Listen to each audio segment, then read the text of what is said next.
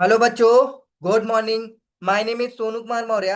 हम लोग CA intermediate में टैक्स में आपका इनकम टैक्स स्टार्ट किया था। ओके। तो इनकम टैक्स में हमने लगभग भाई सारा सिलेबस कंप्लीट कर लिया है। थोड़ा से बाकी है जो कि आज के सेशन में कंप्लीट हो जाएगा। तो हमने इसके पहले सेशन में क्या दिया था, कुछ होमवर्क दिया था। इलिस्ट्रेशन नंबर 9 तक होमवर्क था। तो आपने सारा सब कुछ कर लिया है, आई होप।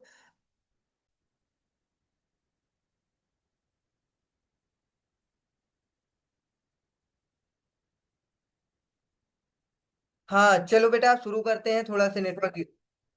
तो अब हम लोग क्या कर रहे हैं भाई। डाउट एक बच्चे का है इलिस्ट्रेशन नंबर 8 में। तो क्या है, गणेश है 3 houses, all of which are self occupied. मतलब कि अब आपको हमने बताया था कि अगर आप सेल्फ एक्यूपाइड करेंगे तो भाई एक हाउस कर सकते हो। आप एक हाउस कर सकते हो, उसके बाद फिर गवर्नमेंट कहती है आप अगर ज्यादा करना चाहते हो तो 2 हाउस को सेल्फ एक्यूपाइड कर सकते हो। लेकिन आप इससे ज्यादा हाउस को सेल्फ एक्यूपाइड नहीं कर सकते हो। ओके। अगर सपोज आपने 2 से ज्यादा घर को क्या कर रखा है, सेल्फ एक्यूपाइड कर रखा है, तो गवर्नमेंट क्या करेगी, डीम्ड लेट आउट मान लेगी। बट आपके पास ऑप्शन रहेगा, जिस घर को भी आप डीम्ड लेट आउट मानना चाहते हैं मान सकते हो, मतलब आरसीसी के ऊपर ऑप्शन है।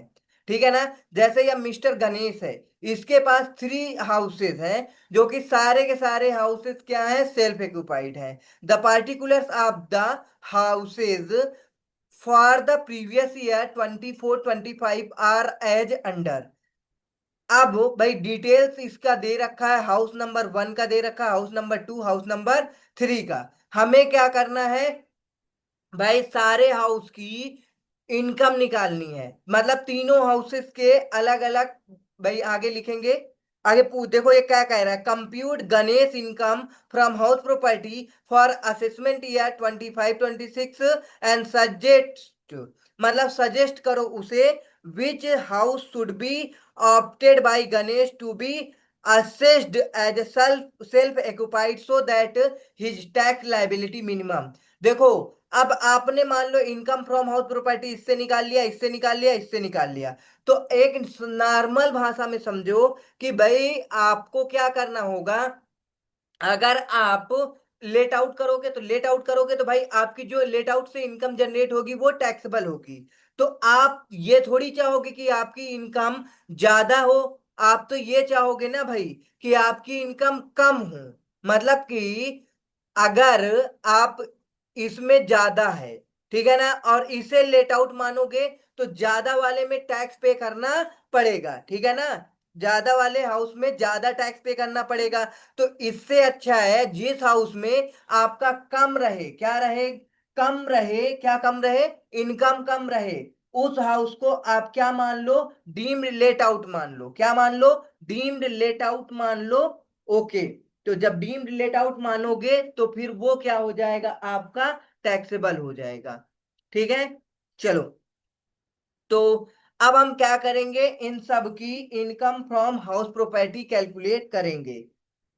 पहले हाउस का जल्दी जल्दी निकाल करके बताओ भाई, हमने सिखा दिया है सबको कि आपको कैसे income from house property calculate किया जाता है। ये सारा सब कुछ हमने बता रखा है। तो जल्दी जल्दी क्या करो भाई, तीनों हाउस की इनकम फ्रॉम हाउस प्रॉपर्टी निकालो।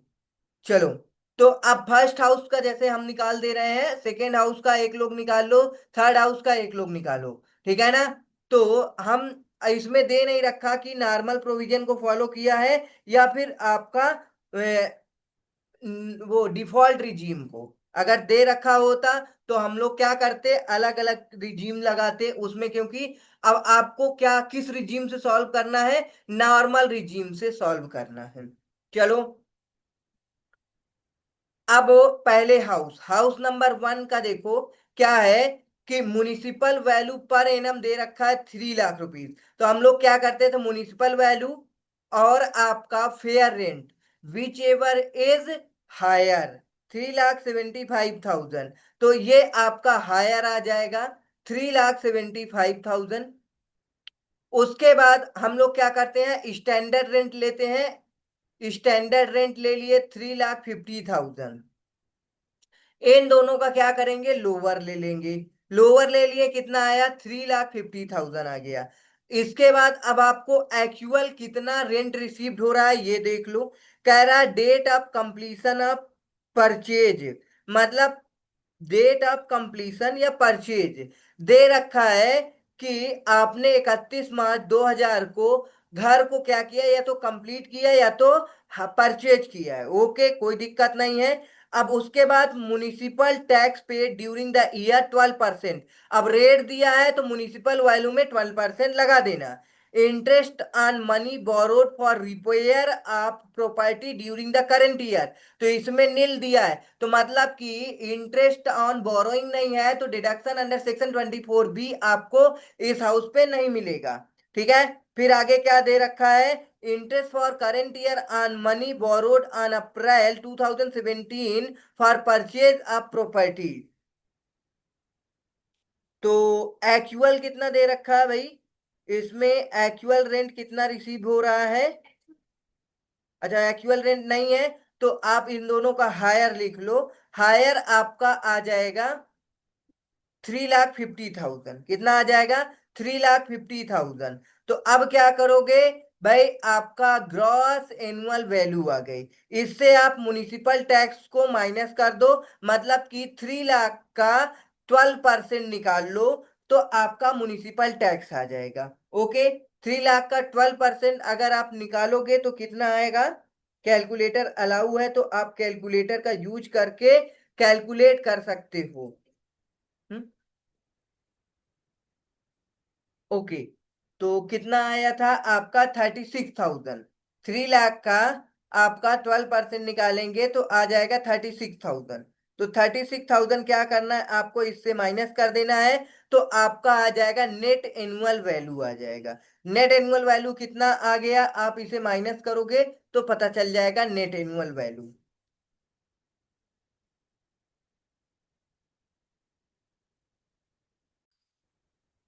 हाँ, तो आप सब सुन लो भाई। अगर आप लोग क्या करते हो, कैलकुलेटर नहीं ले रखे हो तो कैलकुलेटर ले लो, क्योंकि भाई एग्जाम में कैलकुलेटर का यूज होता है। आप फोन से अभी कर लोगे, लेकिन एग्जाम में फिर आपको दिक्कत आएगी, आपका हाथ जो है फास्ट नहीं चलेगा कैलकुलेटर पे। ठीक है ना, तो फास्ट चले एग्जाम में, इसके लिए आपको पहले से प्रैक्टिस करना है। जब आप पहले से कैलकुलेटर यूज किए रहोगे तो अच्छे से आपको सारा सब कुछ वहां पे फास्ट तरीके से हो जाएगा।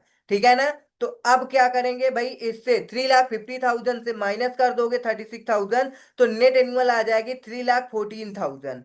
ओके।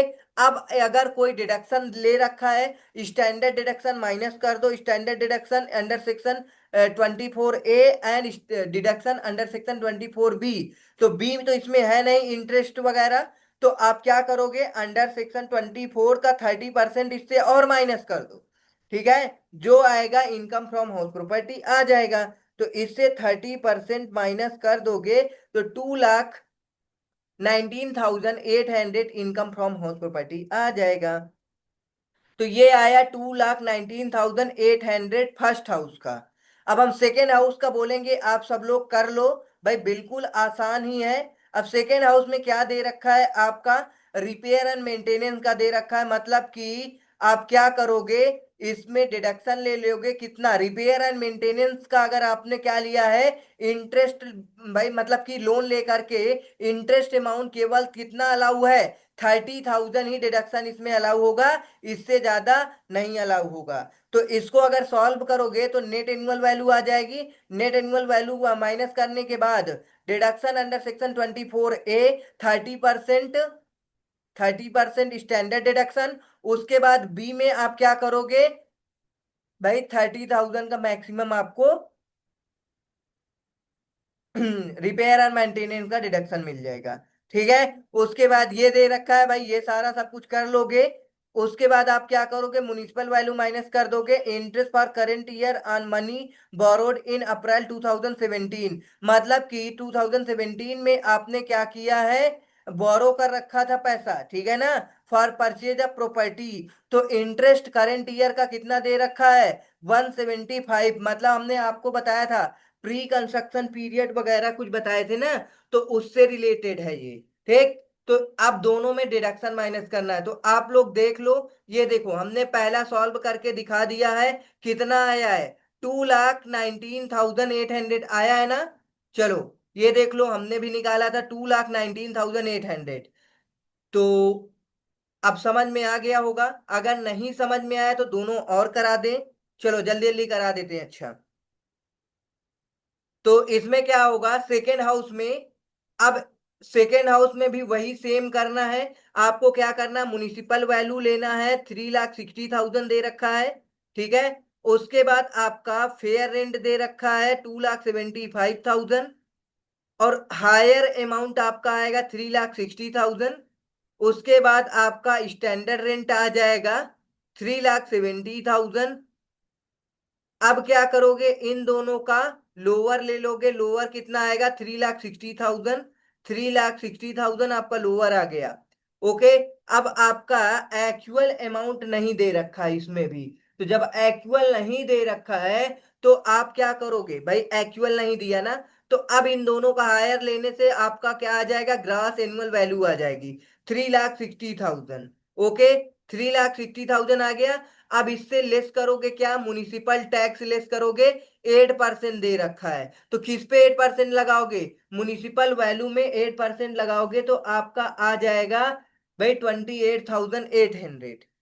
28,800। ओके। ये माइनस कर दो तो आपकी नेट एनुअल वैल्यू आ जाएगी। कितना आ जाएगी? 3,60,000 में से 28,000 माइनस करोगे 800, 3,60,000 है। माइनस करके दिखाओ। 3,60,000 माइनस करोगे, आपको 28,800, 28,800। तो आपका 3,31,200 आएगा। कितना आएगा? 3,31,200। 3,31,200 आएगा। Okay. Deduction under section 24A। ए आप स्टैंडर्ड डिडक्शन 30% माइनस कर दो। उसके बाद अंडर सेक्शन, अगर आप इसमें क्या है, हाँ दे रखा है बी, 24B दे रखा है। तो 24B में आपको किसके लिए दे रखा है? Interest on money borrowed for repair of the property during the current year. क्या है? रिपेयर के लिए है। तो आप जानते हो रिपेयर एंड मेंटेनेंस के लिए आपको कितना इंटरेस्ट ऑन बोरोइंग मिलता है? 30,000। तो अब इसमें कितना दिया है? 55,000। Okay. Interest on borrowed capital में।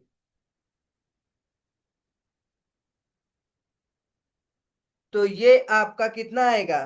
30,000।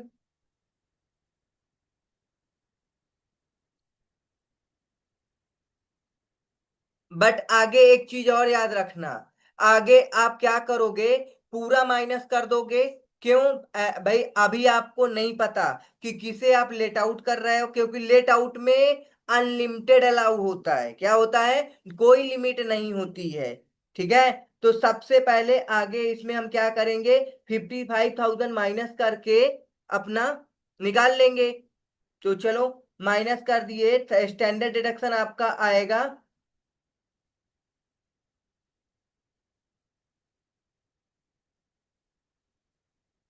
म्युनिसिपल वैल्यू माइनस कर दिए। तो अब क्या माइनस करोगे? 30% स्टैंडर्ड डिडक्शन। 30% स्टैंडर्ड डिडक्शन किस पे लगेगा? 3,31,200।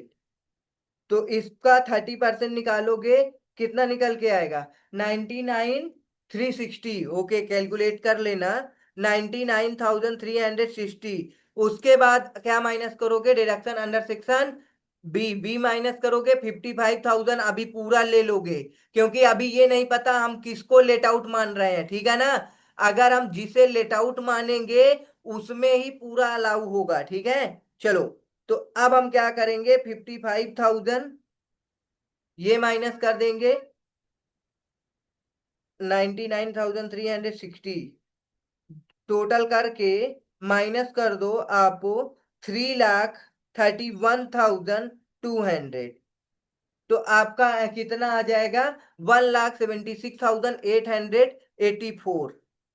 1,76,884 नहीं, 1,76,840 आ रहा। ओके, तो ये आपका सेकेंड हाउस का हो गया। तो बहुत आसान है सारी चीजें। एक चीज याद रखना भाई, आगे हम अभी हमको नहीं पता कौन से घर को हम लेट आउट करेंगे, तो इसमें 30,000 नहीं माइनस करेंगे, ठीक है ना। अगर हम हमारा इसकी इनकम, जिसकी इनकम कम आएगी उसे लेट आउट मानेंगे, ठीक है ना। अब तीसरा वाला एक बार चेक कर लेते हैं। दूसरे वाले में तो आया 1,70,000, दोनों का लिख लेते हैं। कितना कितना आया था? पहले वाले का आया था आपका 2,19,800, और दूसरे वाला का आया है 1,76,840। 1,76,840। अब इसमें दोनों का हायर लोगे कितना आएगा? 3,80,000 आ जाएगा। ओके, फिर हायर और ये दोनों का क्या लोगे? लोअर। तो कितना आएगा? 3,75,000 लोअर आ गया। ओके, 3,75,000। उसके बाद आप ये एक्सटेंडेड रेंट हो गया, लोअर आ गया। अब क्या करोगे? एक्चुअल रेंट, एक्चुअल रेंट दे नहीं रखा, तो आपका कितना आ जाएगा? सिंपल सी बात है, 3,75,000 ही आएगा, ठीक है। तो थ्री एक्चुअल नील दे रखा है, तो इनका दोनों का हायर निकालेंगे, क्या आएगा? तो ग्रॉस एनुअल वैल्यू आपकी आ गई है 3,75,000। ओके, लेस कर देंगे म्युनिसिपल टैक्स, 6% म्युनिसिपल वैल्यू का, 3,30,000 का। अब आप क्या करोगे? 6% लगाओगे तो 19,800 आएगा। 19,800।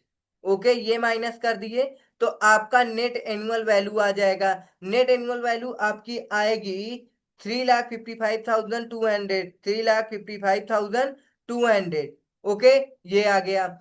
अब जब आपका नेट एनुअल वैल्यू आ गया, तो आपको क्या करना है? बस डिडक्शन माइनस करना है, आपका आंसर हो जाएगा। तो डिडक्शन अंडर सेक्शन 24 ए और बी। ए क्या है, बी क्या है? ए में आपको 30% माइनस करना है, और बी में आपका इंटरेस्ट ऑन बोरोइंग, किस चीज का? Interest for current year on money borrowed in April 2017। मतलब 17 में बोरो किया गया था, ठीक है ना, for the purchase of property. किस पर्पज के लिए? प्रॉपर्टी को परचेज करने के लिए। तो अब इंटरेस्ट भाई, अगर आप सेल्फ ऑक्युपाइड करोगे तो मैक्सिमम कितना अलाउड था? 2 लाख रुपए। कितना?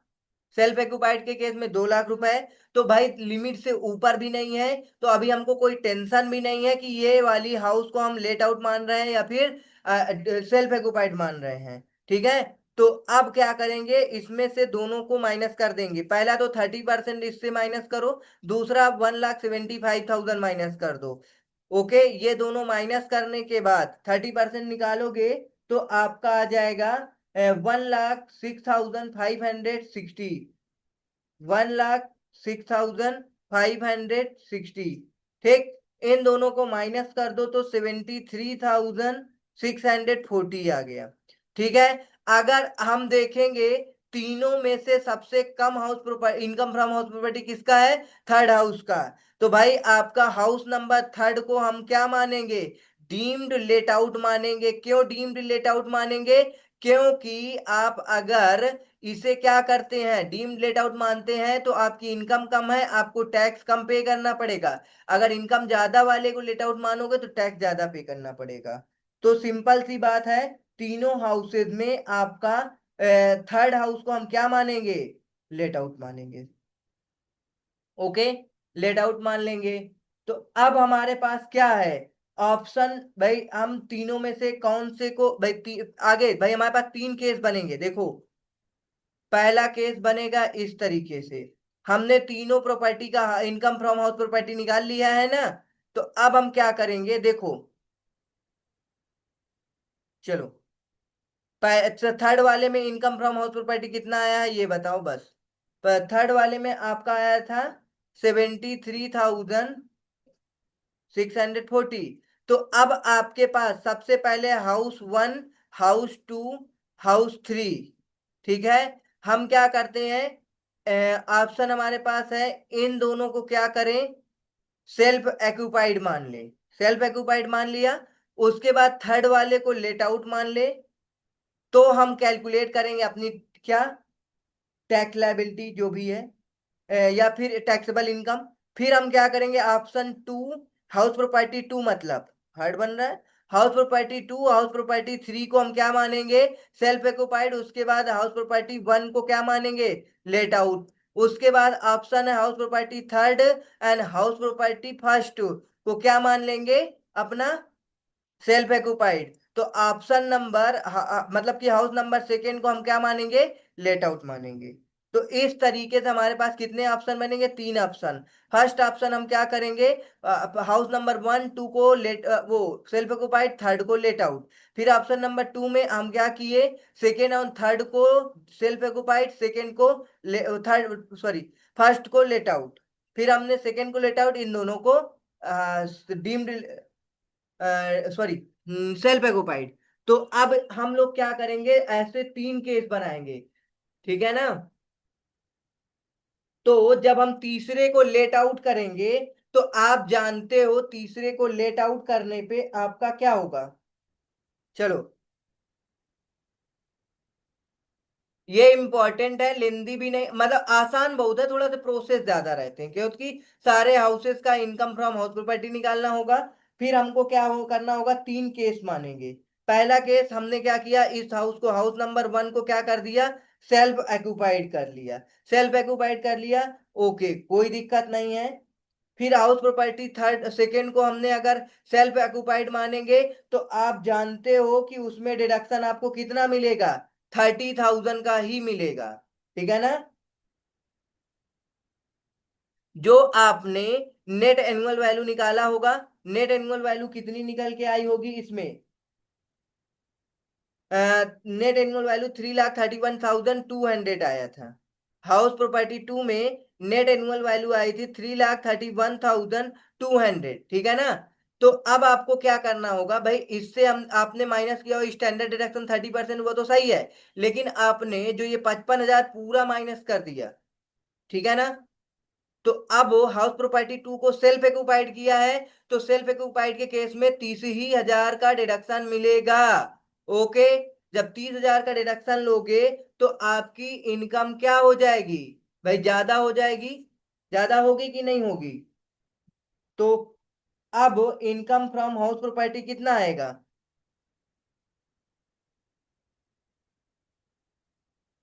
माइनस कर लो 30,000 रुपए। चलो ये नीचे देख लो, क्वेश्चन सॉल्व कर रखा होगा। ये देखो हमने जो कराया सेम टू सेम वैसे ही आंसर आया। क्या आया, 1,76,037 73,640। तो अब आपके पास पहला ऑप्शन है।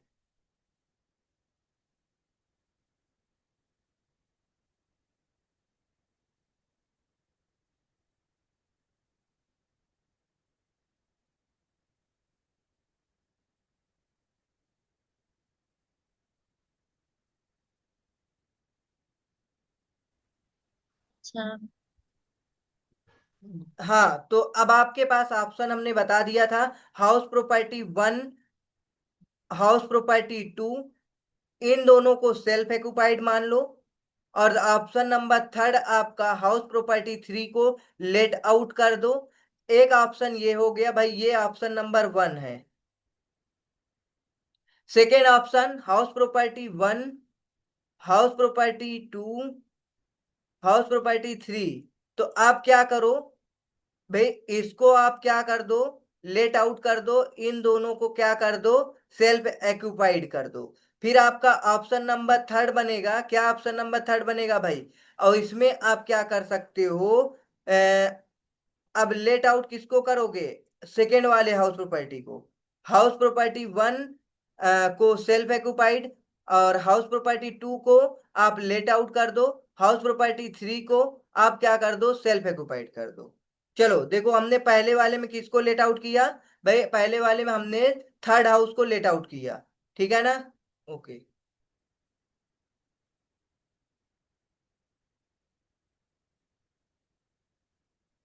और दूसरे वाले में हमने क्या किया, लेट आउट फर्स्ट हाउस को किया। और तीसरे वाले में हमने सेकेंड वाले को लेट आउट किया है। ठीक है ना। तो अब देखो क्या हो रहा है भाई, हमने ये कैलकुलेट कर रखा है, इनकम, इनकम दे रखी है। तो अब हम क्या करेंगे, हाउस ऑप्शन नंबर वन, ये देखो हाउस वन हाउस टू को हमने सेल्फ ऑक्युपाइड, थर्ड को हमने डीम्ड लेट आउट कर लिया। तो बस इतना टैक्सेबल हो जाएगा, सिंपल सी बात है, डिफॉल्ट टैक्स रिजीम में। उसके बाद हम बात करेंगे, ऑप्शन नंबर टू है, हाउस वन थ्री को सेल्फ ऑक्युपाइड कर दो, सेकेंड को डीम्ड लेट आउट कर दो। तो सेकेंड में इतना इनकम आया तो इतना टैक्सेबल हो जाएगा, सिंपल। अब आपके ऑप्शन थर्ड है, ऑप्शन क्या है, थर्ड है। थर्ड ऑप्शन में फर्स्ट सेकेंड और थर्ड को क्या कर दो, लेट वो डीम्ड सेल्फ ऑक्युपाइड कर लो, और फर्स्ट को लेट आउट कर दो। तो सिंपल, आप जानते हो फर्स्ट में इतनी इनकम, तो समझ में आया होगा। ठीक है ना। Exercise option shifting out default, shifting out default में आपका ऑप्शन नंबर वही सेम रहेगा। इसमें 30,000 से ज्यादा आपको क्या नहीं मिलेगी, डिडक्शन नहीं मिलेगा, तो आप इससे माइनस कर दो। फिर उसके बाद ये भी सेम